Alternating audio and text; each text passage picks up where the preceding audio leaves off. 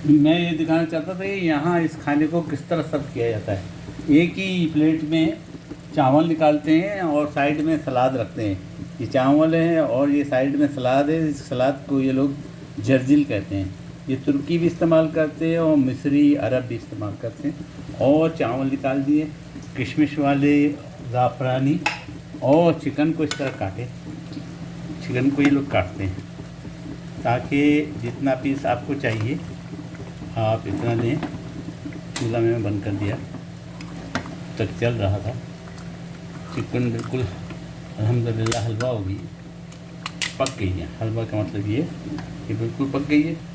और इसके पीस को निकाल के आपको चाहिए सीने का और लेग चाहिए तो लेग।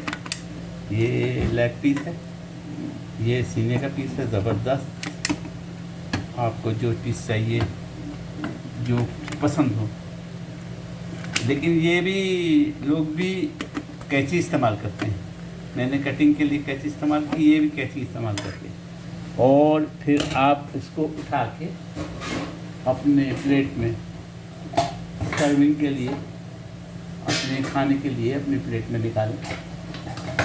उसके लिए मैं अपना चिमटा इस्तेमाल करूँगा। मैंने फर्ज कर लिए कि मैंने लेग पीस चाहिए मुझे, तो मैं लेग पीस लूँगा।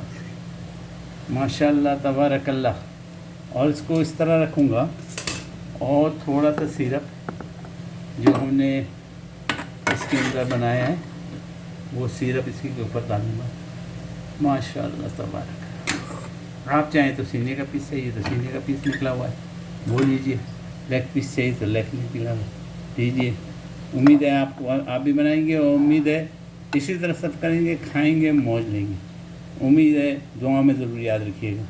ये स्पेशली किसी की फरमाइश थी कि चिकन बनाएं और चिकन मुसल्लिम बताएं, लेकिन एशियन यानी मसालेदार। इसी चिकन मुसल्लिम में मसालेदार ज़ाफ़रानी चावल तुर्की वाले, तुर्की के चावल के साथ